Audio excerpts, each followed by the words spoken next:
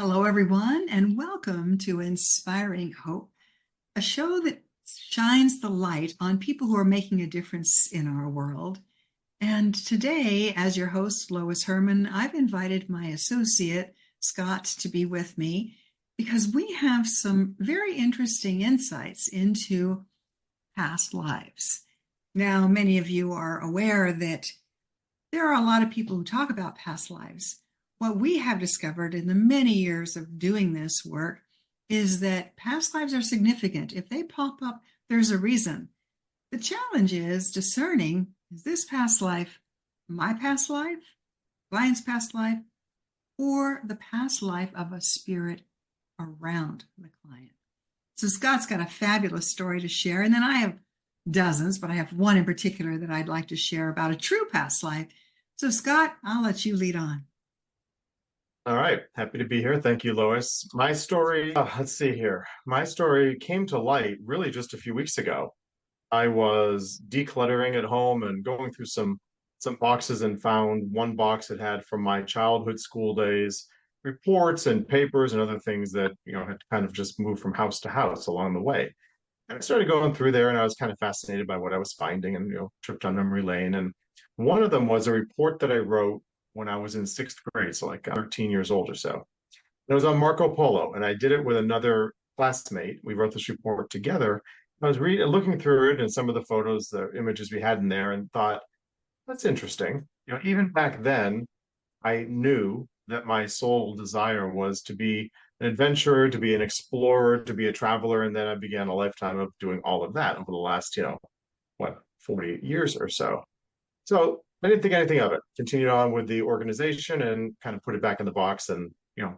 A couple days later, a friend reached out to me with a question on travel and back and forth by text. And then I said, listen, if you need anything, I'm leaving on a long trip because I booked a trip about a year ago to go overseas to Georgia, Armenia, and Azerbaijan that I just came back from. I said, I'm leaving on a long trip and be happy to help you, but, do it before this day. She said, I love it. You are Marco Polo reincarnated. That was 2 days later. So at that point, I paid attention because now I've just had this Marco Polo report that I found that I didn't even remember was there. And then this happens out of the blue because nothing is out of the blue. And I know that nothing is a coincidence. And I thought to myself, now this is really interesting. And then I started doing a little bit of research and finding out that, in fact, his travels along the Silk Road went through the area of the world, those three countries that I was about to travel to in about another week. So I called one of our colleagues, Sharon, and I said, are you up for past life regression? Not saying I was Marco Polo, but are you up for doing a hypnosis regression? She said, absolutely. So we did. And she put me under. And I always love being put under hypnosis. It's so relaxing.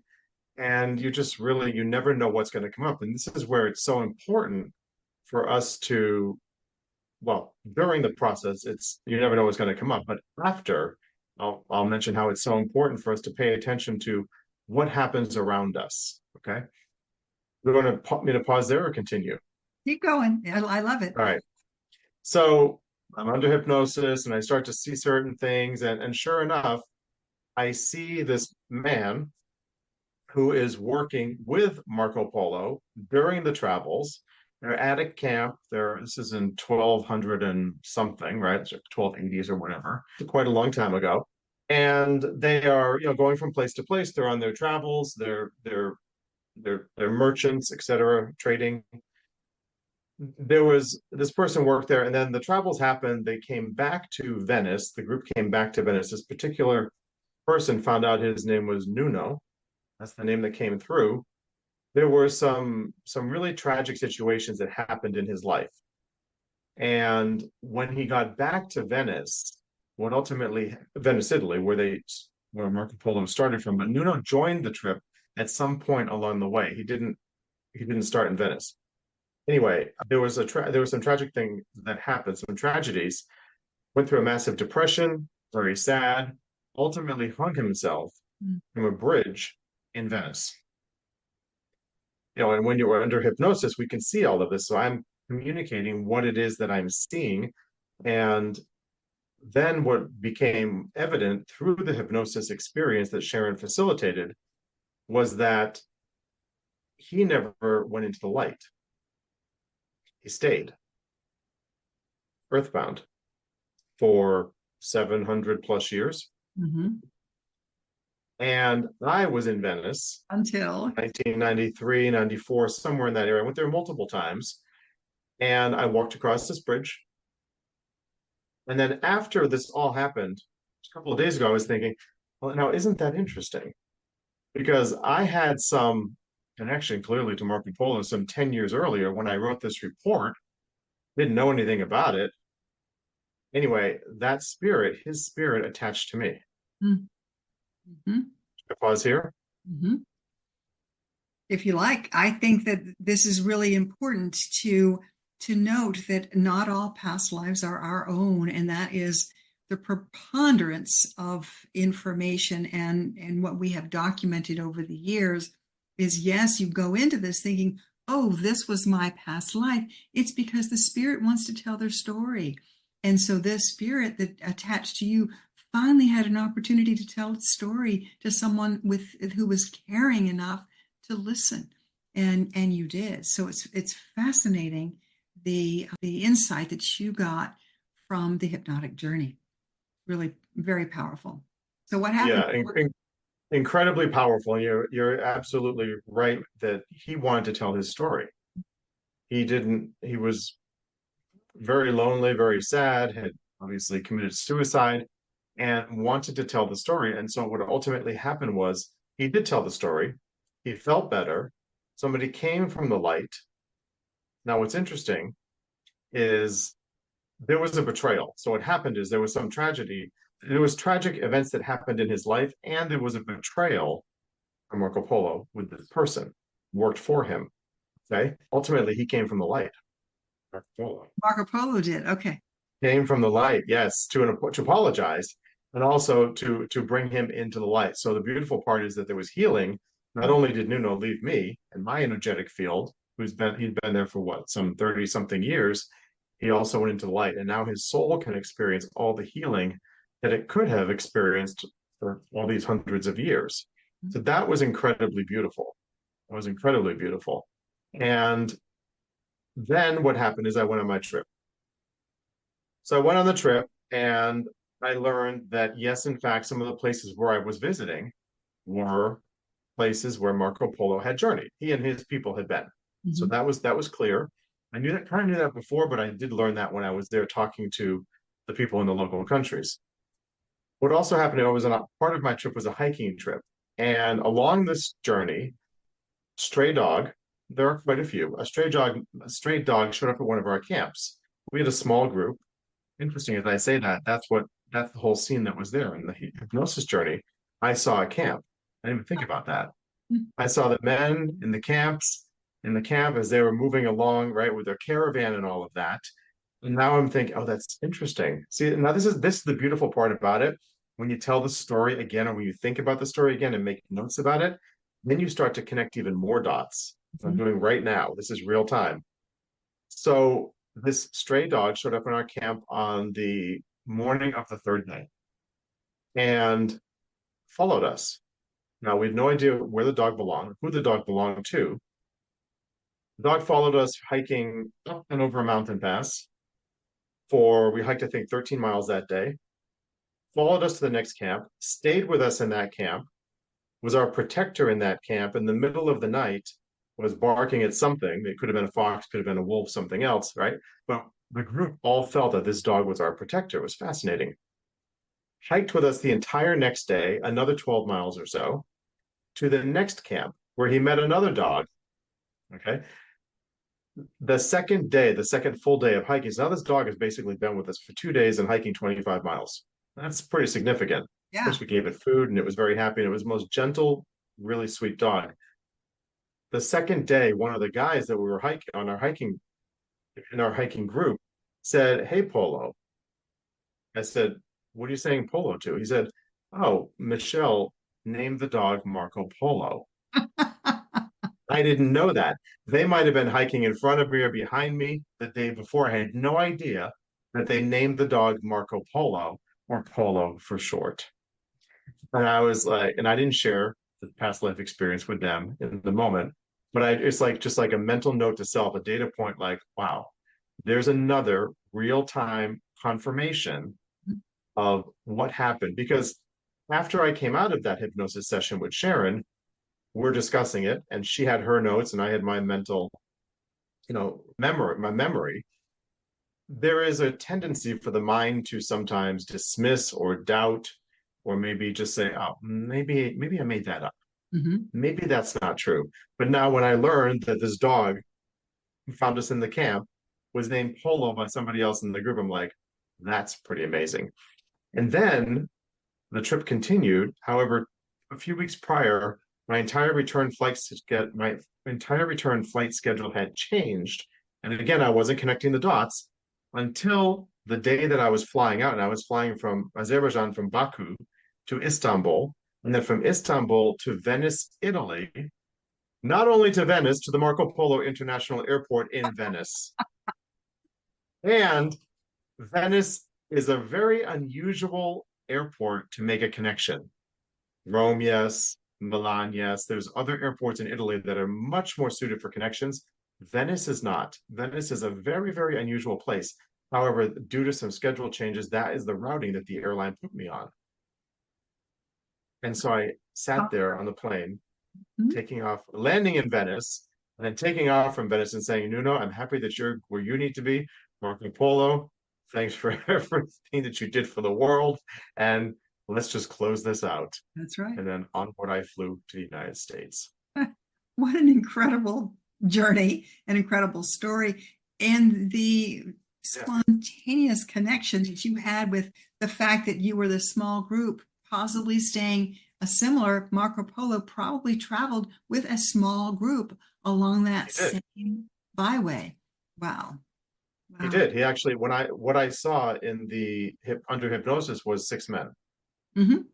There were 6 people, and there was just about, our group was 4 plus a guide, plus some camp aides. So we really had, what, 8? But still, tents, all of it. And then the dog showed up. That is, what an amazing story.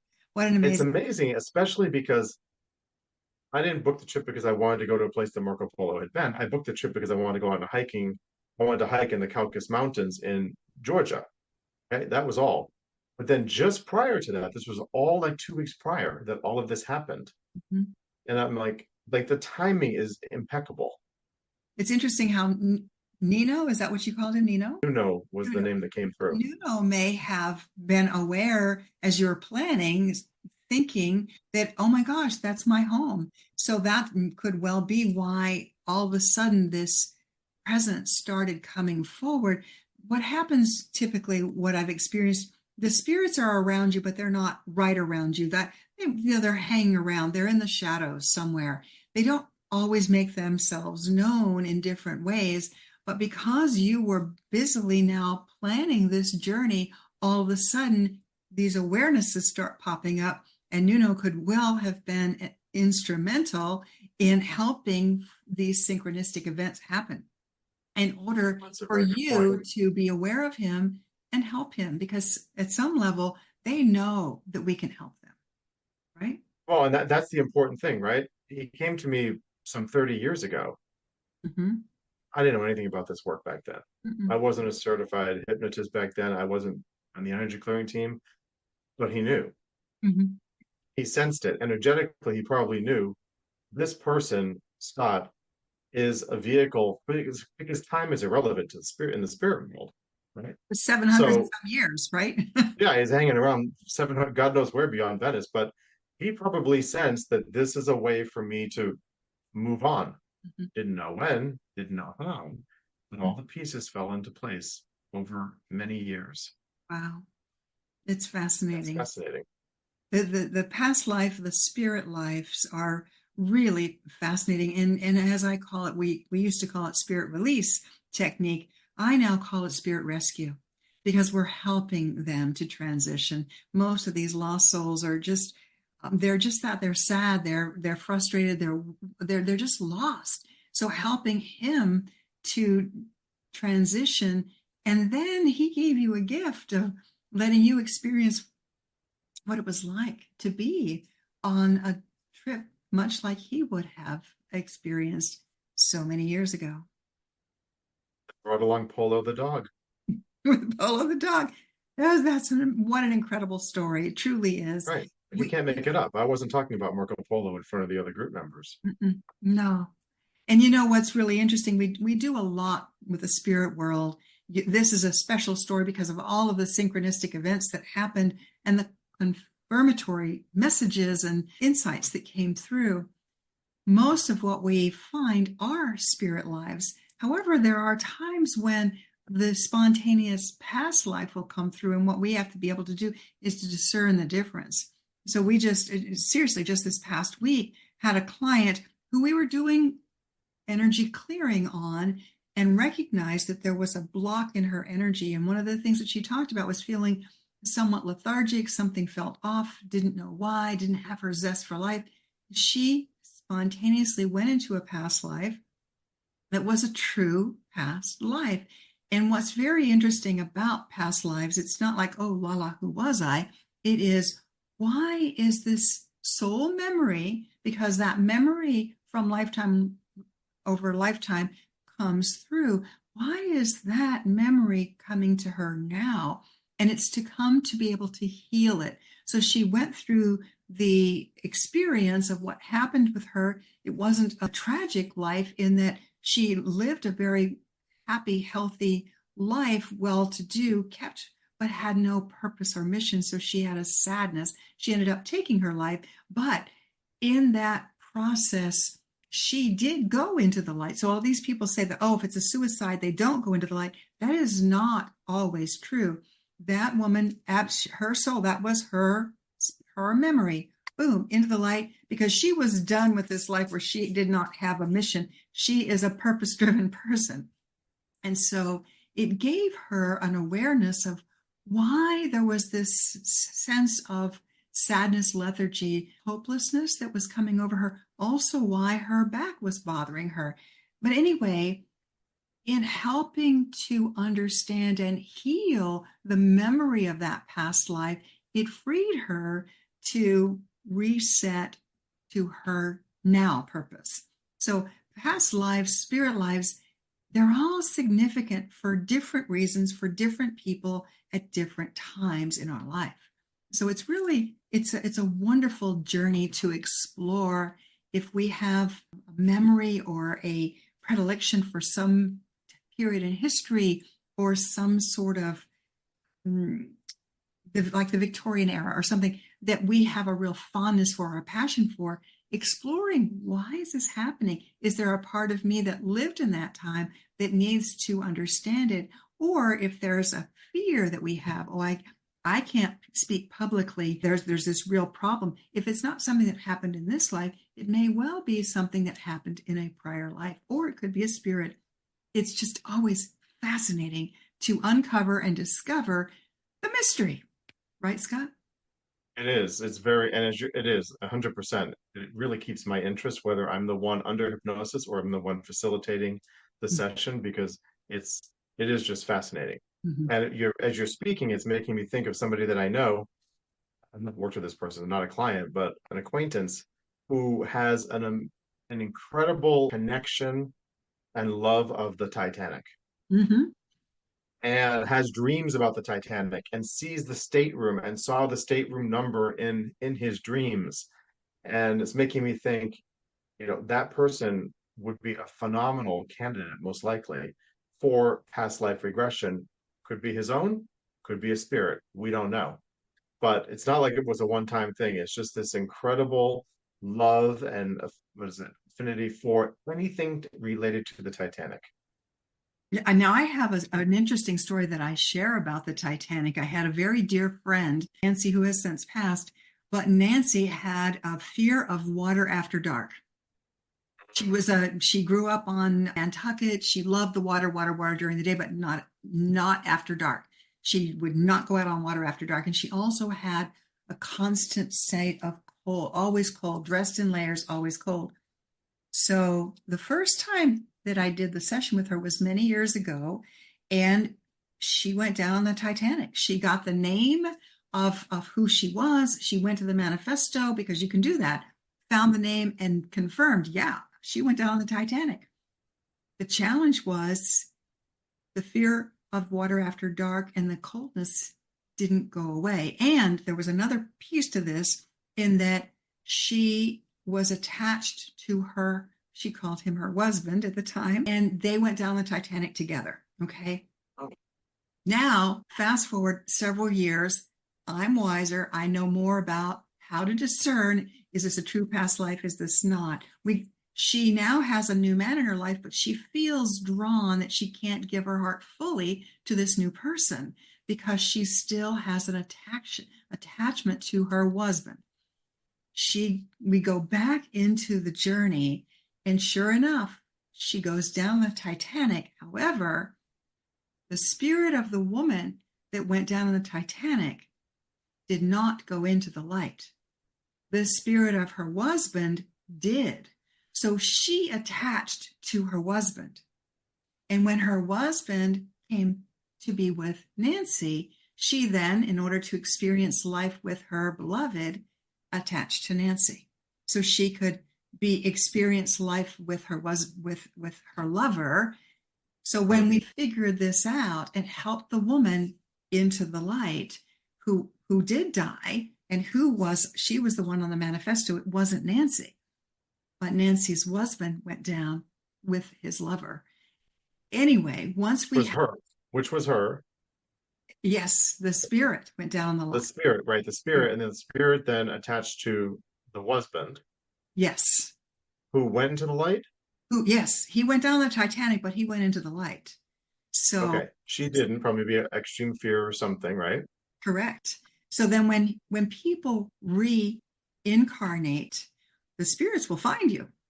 So Yes. many times, there is either a familial connection or a past life connection with a spirit that's attached to the person. So as you're talking about this Marco Polo expedition, I'm thinking we might want to go back into that journey to find out, okay, who really were you on the Marco Polo expedition? Because Nuno could have attached to you because he may have had a familiarity. He may have recognized you from a past life as on the expedition.